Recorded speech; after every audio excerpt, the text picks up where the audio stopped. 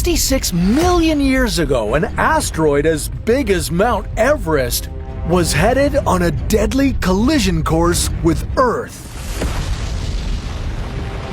The impact was so devastating that it wiped out the most gigantic, deadliest reptiles to ever roam our planet.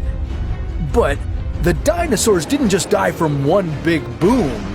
No, they faced a slow, agonizing end. How did this extinction event cause the largest tsunami Earth has ever seen?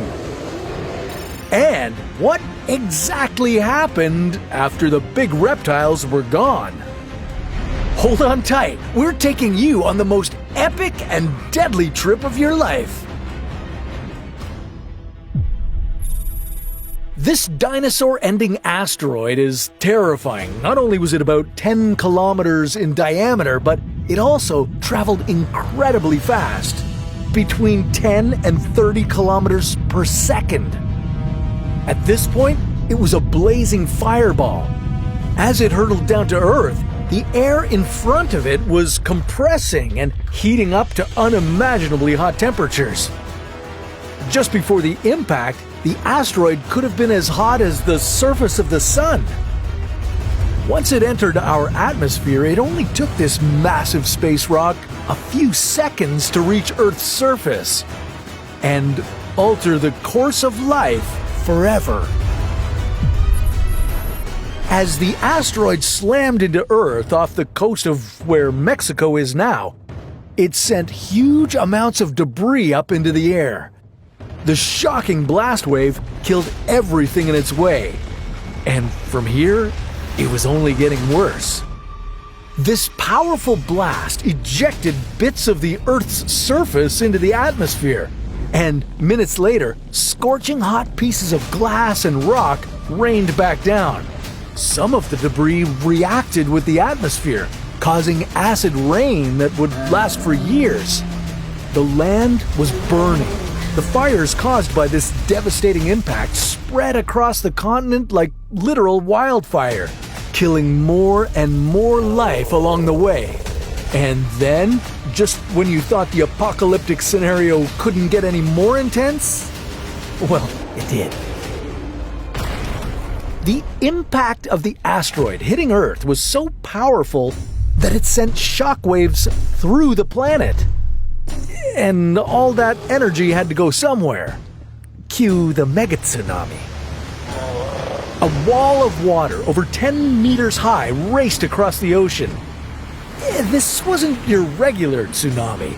It was a staggering 30,000 times more powerful than anything you see today. As this monstrous wave spread across the North Atlantic and South Pacific, coastlines didn't stand a chance. The wave hit with such force that it destroyed and reshaped the continent. If you were there to witness this apocalyptic destruction, well, you wouldn't survive any of it. But some dinosaurs did. Yeah, the ones further away from Ground Zero weren't immediately obliterated by the impact. They weren't incinerated by the resulting infernos, and they managed to avoid being swept away by the mega tsunami. But still, their fate was sealed. As the dust began to settle, it was the start of a nuclear winter. Even though it wasn't nuclear weapons that caused it, the effect was the same. The massive amount of debris in the air blocked the sunlight for months, maybe even years. Earth suddenly became a cold, dark place, and the dinos weren't ready for it. As temperatures plummeted and fires released enormous amounts of greenhouse gases, the climate changed dramatically. Plants weren't able to perform photosynthesis, and most of them started to die out. This disrupted the food chain and starved many of the animals that survived the impact. And remember the acid rain? It lasted for several years, causing more devastation to the ecosystems.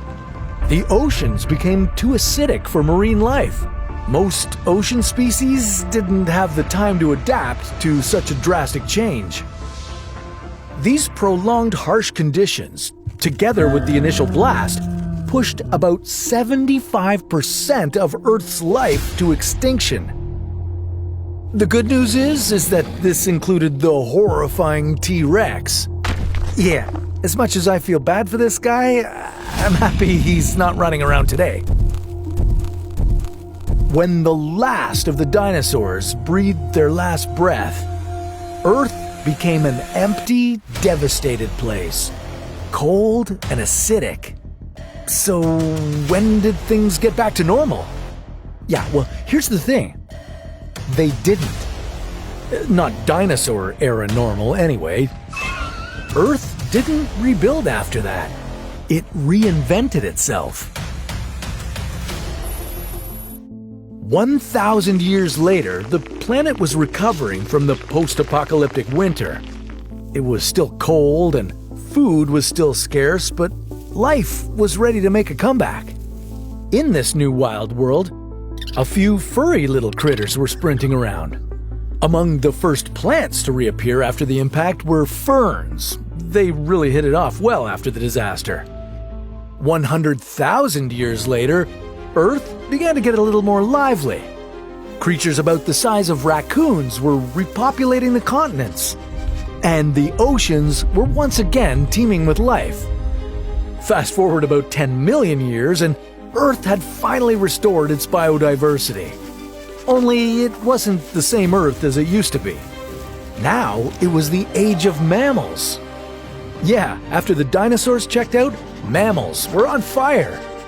Yeah, not literally, of course. Mammals, together with birds and flowering plants, were rocking the planet. Yeah, Earth never got back to its old self. After the last dinosaur died, it took our planet millions of years to bounce back in a new way. But don't get me wrong, this world was still pretty terrifying. It had beasts like Paraceratherium roaming the land and megalodons raining terror in the oceans. Yeah, it's really for the best that most of these creatures aren't around these days. You wouldn't want to face a meg when you're out there swimming in the ocean. But that's a story for another What If.